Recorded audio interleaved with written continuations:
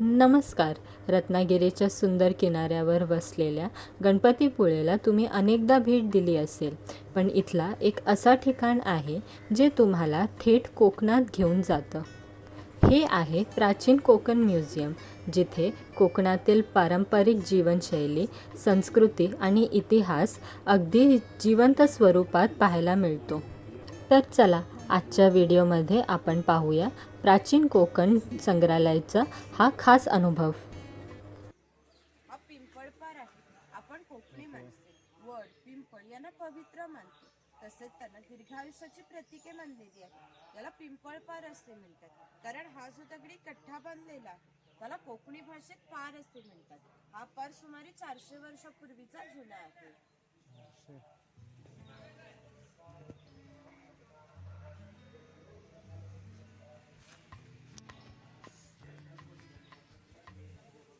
हा शिलालेख आहे. या शिलालेखावर लिहिलेली कविता कवी माधव यांनी 100 वर्षापूर्वी लिहिली. चिपळूण येथे झालेल्या पहिल्या कोकण मराठी साहित्य संमेलनामध्ये या कवितेला कोकणची प्रातिनिधिक कविता म्हणून स्वीकारण्यात आले. या कवितेत कवीने कोकणच्या निसर्ग सौंदर्याचे सुंदर असे वर्णन केले आहे. हिरवे तळ कोकण, सह्याद्रीच्या तळी शोभते हिरवे तळ कोकण, राष्ट्रदेवीचे निसर्ग निर्मित केवळ नंदनवन. या कवितेत नंदनवन हा शब्द आला आहे. नंदनवन या शब्दाचा अर्थ स्वर्गातील इंद्राची बाग. ती जितकी सुंदर आहे तितकेच आपले कोकणही सुंदर आहे. ही गुहा काळाचे प्रतीक आहे. गुहेच्या अलीकडे आहे वर्तमान काळ, गुहेच्या पलीकडे आहे 500 वर्षापूर्वीचा भूतकाळ. इथून आपण पाहणार आहोत 500 वर्षापूर्वी कोकणी माणसे कशी राहत होती, त्यांची समाज रचना, ग्रामरचना, खाद्य संस्कृती. आपल्या पुराणात उल्लेख आला आहे की हजारो वर्षापूर्वी भगवान परशुराम होऊन गेले. त्यांनी संपूर्ण पृथ्वी जिंकून घेतली आणि जिंकून घेतलेली सर्व पृथ्वी त्यांनी दान केली. दान केलेली कोणतीही गोष्ट आपण स्वतःसाठी वापरत नाही, परंतु त्यांना राहण्यासाठी भूमी आवश्यक होते. आपण जिथे उभे आहोत तिथे हजारो वर्षापूर्वी समुद्र होता. त्याने त्याच्याशी युद्ध केले व त्याला 40 ते 50 किलोमीटर पाठीमागे ढकलले आणि या कोकण प्रदेशाची निर्मिती केली. या कोकण प्रदेशाला परशुराम भूमी असेही म्हणतात. हे सारे कोकण दऱ्याखोऱ्यांनी वेढलेले आहे. सूर्याची किरणे जमिनीपर्यंत पोहोचू शकत नाही. इतकी दाट अरण्ये, वाघ, अस्वले, गवेरेडे यांसारखे जंगली श्वापदे, 200 ते 250 प्रकारच्या औषधी वनस्पती, शेकडो प्रकारचे मासे, दुर्मिळ कासवे, मगर, सुसर यांसारखे प्राणी आपल्याला येथे पाहायला मिळतात. हा वनवासी आहे. कोकणातील दुर्गम पर्वतामध्ये वनवासी लोक राहत असतात. त्यामध्ये भिल्ल व कातकरी जातीचा समावेश होता. आम्ही येथे कातकरी समाज दाखवला. या बाजूला गाव शिकार दाखवली आहे.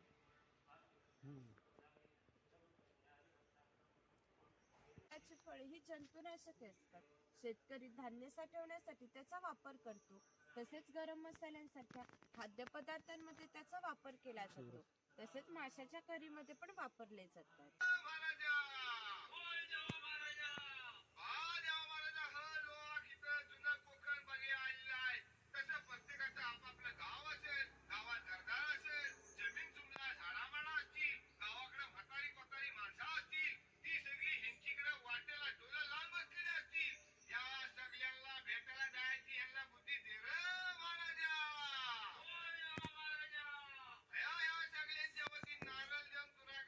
लाकडी ढोलक मातीचे ताशे आहेत. यांचा खालील भाग मातीचा बनवलेला आहे. हे ताशे 110 वर्षापूर्वीचे जुने आहेत. वाजवणारे सर कसबी असतील. कोकणवासियांची अशी श्रद्धा आहे की हा देव त्यांच्यावर नियंत्रण ठेवतो, म्हणून त्याला शिमग्याच्या वेळेस गाराणे घातले जाते किंवा पशुबळी दिला जातो. हे वीरगळ आहे, वीर लोकांचे प्रतीक चिन्ह. स्वतःला चापकाने फटके मारून घेतात, त्यांना कडक लक्ष्मी म्हणतात. इकडे कोळी समाज दाखवले. कोळी समाजाचे लोक समुद्राच्या इतक्या जवळ राहतात की समुद्राच्या भरतीचे पाणी सुद्धा त्यांच्या घराला लागून जाते. एवढी छोटी होडी घेऊन हे लोक खोलवर समुद्रामध्ये मासेमारी करत असतात. कधी कधी समुद्राच्या उसळणाऱ्या लाटा ह्या त्यांच्या होडीपेक्षाही मोठ्या असतात, परंतु ते कुशलतेने होडी बंधवतात आणि पहाटेच्या वेळी घरी परत येतात. कोकणामध्ये 12 बलुतेदार पद्धत अस्तित्वात होती. म्हणजे नाभिक, सुतार, कासार हे प्रत्येकाच्या घरोघरी जाऊन सेवा पुरवत असत. त्या बदल्यात त्यांना पैसे नव्हे तर धान्य मिळत असते. एका नाभिकाला एका कुटुंबातील पुरुषाचे घरी जाऊन केस व दाढी करण्यासाठी वर्षभरासाठी 4 पायली म्हणजे आताचे 8 किलो धान्य मिळत असे. इतक्या अल्प मोबदल्यात हे लोक समाजाची सेवा करत असत. या नाभिकाविषयी आमच्या लोकसाहित्यात एक मजेशीर वर्णन आढळले. असं म्हणतात की गावातील प्रत्येक गोष्ट ही नाभिकाला माहीत असते आणि नाभिकाला माहीत असलेली प्रत्येक गोष्ट ही गावभर होते. आता तुम्ही आलात, ही गोष्ट ज्या अर्थी नाभिकाला समजली त्या अर्थी ती संपूर्ण गावाला समजली. आमचं सगळं गाव तुमच्या स्वागतासाठी उत्सुक आहे. प्रथेप्रमाणे अति खोतांच्या एक खोत आहेत. राजाच्या गावातील थेट प्रतिनिधी म्हणजे खोत. धार्मिक व राजकीय बाबतीत पहिला मानव खोतांचा असे. खोत लोक गावचे प्रमुख असत. ही खोतांची बायको आहे. पूर्वी कोकणी स्त्रिया सुंदरही होत्या आणि शूरही होत्या, परंतु त्यांना स्वातंत्र्य नव्हते. माझघराचा उंबरठा हीच त्यांची मर्यादा होती. इकडे खोतांची 2 मुले दाखवली. ती आपला परंपरागत खेळ सोंगट्या खेळत आहे. हा खेळ महाभारतामध्ये धर्मराज व दुर्योधन यांच्यामध्ये द्यूत नावाने खेळला गेला. हस्तिदंती फासे असतात, शंखांच्या कवड्या असतात, त्या टाकून विशिष्ट प्रकारचे दान मागितले जाते व त्या सोंगट्या मागे पुढे सरकवून हा खेळ खेळला जातो. घराची रचना पहा. खोत ज्या उंचवट्यावर बसलेत त्याला ओटी असे म्हणतात. गावातील मान्यवर लोक ओटीला बसत. ही समोर आहे ती पडवी. सर्वसामान्य लोक पडवीला बसत. खोतांच्या उजव्या बाजूला आहे देवघर, डाव्या बाजूला आहे स्वयंपाकघर, मागे आहे मासघर म्हणजेच पूर्वीची बेडरूम. छपराची रचना पहा.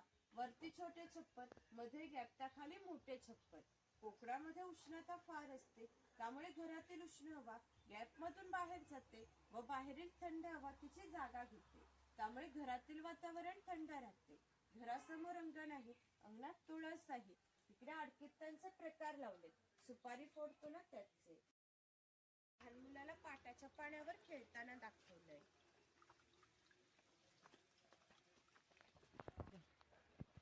हा वाणी आहे. चौल, राजापूर, दाभोळ या कोकणातील बंदरांना 5000 वर्षापूर्वीचा इतिहास आहे.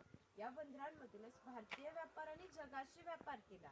येथून निर्यात होणाऱ्या वस्तूंमध्ये हस्तकौशल्याच्या वस्तू, हस्तिदंती वस्तू, शंख शिंपले, हिरे माणिके इत्यादी वस्तूंची निर्यात हा वाणी करीत असते. त्याबदल्यात सर्व जगातून भारतामध्ये सोने येत होते. भारताने जे सुवर्णयुग अनुभवले त्याची प्रवेशद्वारे ही कोकणची बंदरे होती. 12 बलुतेदार दाखवताना जे अधिक कौशल्यवान आहे त्यामुळे ते दाखवले आहे. त्यापैकी हा सुतार. सुताराचे खरे काम शेतकऱ्याला लागणारी लाकडी अवजारे बनवून देणे. हा सावंतवाडीचा सुतार आहे. सावंतवाडीच्या लोकांचे लाकडावरील कोरीव काम हे जगप्रसिद्ध आहे. याच्या काही हस्तकौशल्याच्या वस्तू तुम्हाला आमच्या हस्तकला विक्री केंद्रात पाहायला मिळतील. इकडे दरवेळी दाखवला अस्वलाचा खेळ करणारा आणि इकडे गारुडी दाखवला सापाचा खेळ करणारा.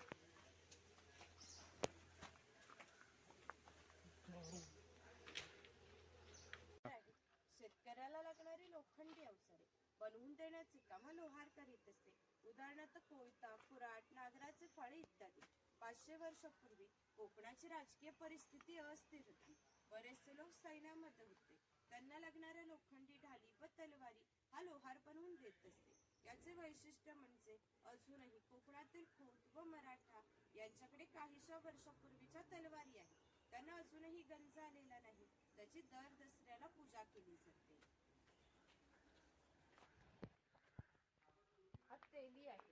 पूर्वी कोकणी माणसं आपल्या जेवणात खोबरेल तेलाचा वापर मोठ्या प्रमाणात करत असत. हा तेलाचा खाणा आहे. याला खुंट असे म्हणतात. यामध्ये सुके खोबरे घातले जाते. हे जे उभे लाकूड आहे त्याला कोकणी भाषेत लाट असे म्हणतात. ही लाट या आडव्या लाकडाला अशा तऱ्हेने बांधली जाते की जेणेकरून ही लाट उभी राहते. जोखडाला बैल बांधला जातो. या आडव्या लाकडावर दगड ठेवून स्वतः तेली त्यावर बसतो. हे सर्व वजन घेऊन बैल गोल फिरवला जातो. त्यामुळे आतील खोबरे रगडून तेल निघते. हे तेल भरून काढायचं असेल तर प्रथम जोखड्याचा बैल सोडायचा. जोखड बाजूला केले जाते. आडवे लाकूड बाजूला करून लाट बाजूला केली जाते व आतील तेल भरून काढले जाते. म्हणजेच पूर्वी तेलाला पसा ते 1.5 पसा तेल काढण्यासाठी 1 ते 1.5 तास मेहनत घ्यावी लागत असते. प्रत्येक व्यवसाय हा जातीनिय होत असतो. व्यवसाय निवडीचे स्वातंत्र्य नव्हते. प्रत्येकाला आपापल्या जातीचाच व्यवसाय करावा लागत असतो. म्हणजे बांबूंच्या वस्तू बनवून देण्याचे काम हा बुरुड करीत असते. हे सूप आहे, ही फुलांची परडी आहे, ही रोवळी आहे. हिचा वापर धान्य धुण्यासाठी किंवा आजही धार्मिक कार्यात केला जातो. जेव्हा आपल्याकडे शुभ कार्य असते तेव्हा आपल्या घरातील कुमारिका किंवा सौभाग्यवती स्त्रिया या रोवळीमध्ये दिवा लावून त्या हातात घेऊन उभ्या असतात. जर शुभ कार्य पार पडेपर्यंत हा दिवा विझला तर ते कार्य अशुभ मानले जाते. अजूनही आमच्या चाकरमान्यांचे मुंबईला जर लग्न असेल तर ही रोवळी गावावरून मुंबईला पाठवली जाते. जातीच्या वस्तू असतात. हे जर जातणीसारखे दिसते त्याला घिरट असे म्हणतात. जातणीमध्ये धान्य दळून निघते. घिरटामध्ये भात घातला जातो. अख्खा तांदूळ बाहेर येतो व कोंडा बाजूला येतो. हे शेवायाचे लाकडी यंत्र आहे. ते लोखंडी यंत्र आहे. तो शेवायाचा लाकडी पाट आहे. हे मोदक पात्र आहे. म्हणजेच पूर्वीचा कोकणी कोकर. यामध्ये खाली पाणी ठेवले जाते. या चाळणीवर केळीचे पान ठेवून त्यावर मोदक ठेवले जातात. हे झाकण लावून मोदक पात्र चुलीवर ठेवले जाते. त्यामुळे आतील मोदक शिजून निघतात. हे पुरण यंत्र आहे. यामध्ये शिजलेली डाळ घातली जाते. हे दोन्ही साईडचे रॉड उलट सुलट फिरवले जातात. त्यामुळे आतील डाळ वाटून निघते. त्याच्या गोड पुरणपोळ्या बनवल्या जातात. वरती चहाची किटली आहे आणि टिफिन बॉक्स आहे. वरती पाण्याचा तांब्या आहे. खाली 3 डबे आहेत. बाजूला 2 चमचे आहेत आणि तो लॉक केलेला आहे. इथे दगडी उखळ आहे आणि लाकडी मुसळ आहे. यामध्ये पूर्वी भाताचे पोहे काढले जात असत. इथे काही लाकडी चमच्यांचे प्रकार लावले.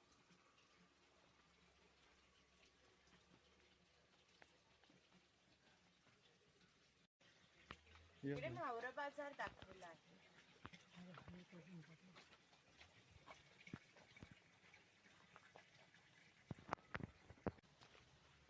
हा कासार आहे.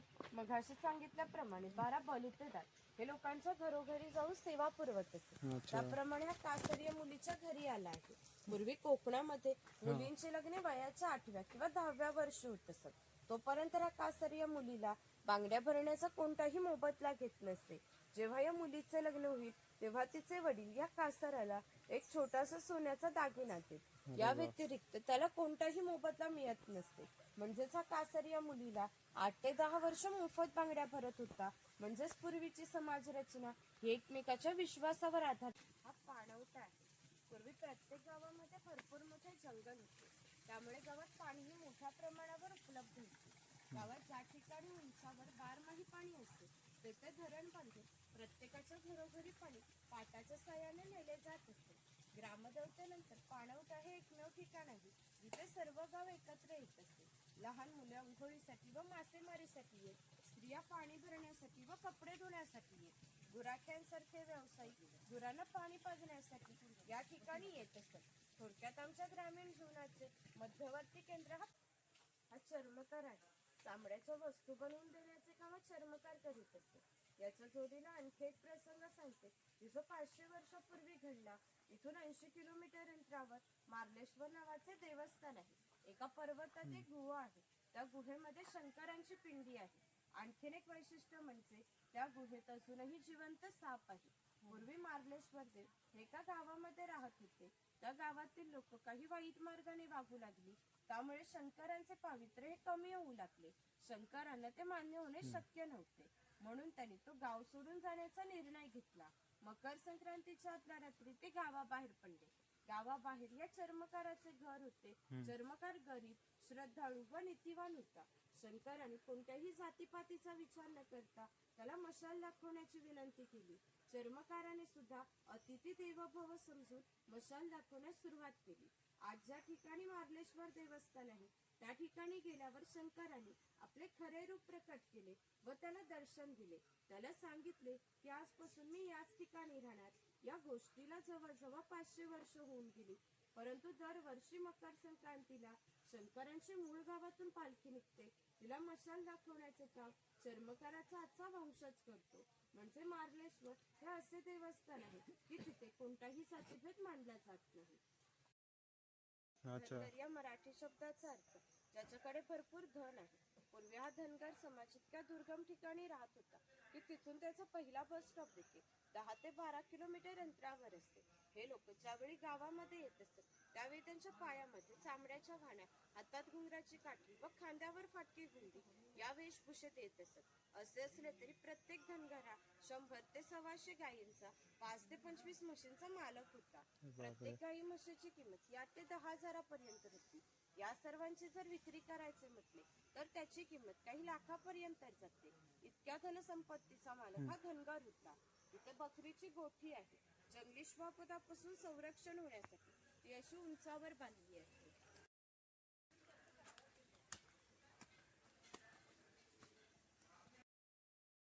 ती कादपट्टी आहे. खैराचे झाड तोडून त्याच्या आतमधल्या भागाचे तुकडे करून या पहिल्या 4 मडक्यांमध्ये पाण्यासोबत उकळवले जाते. जो लाल रंगाचा पाक तयार होतो तो 5व्या मडक्यामध्ये एका विशिष्ट तापमानामध्ये उकळवला जातो. तो पाक सावलीत सुकत घालून त्याच्या वड्या पडल्या जातात. कात तयार होण्याच्या प्रक्रियेला 3 ते 4 महिने लागतात. व खिंडीच्या ठिकाणी फार मोठ्या भूप्रदेशावर लक्ष ठेवण्यासाठी उभारली जात असत.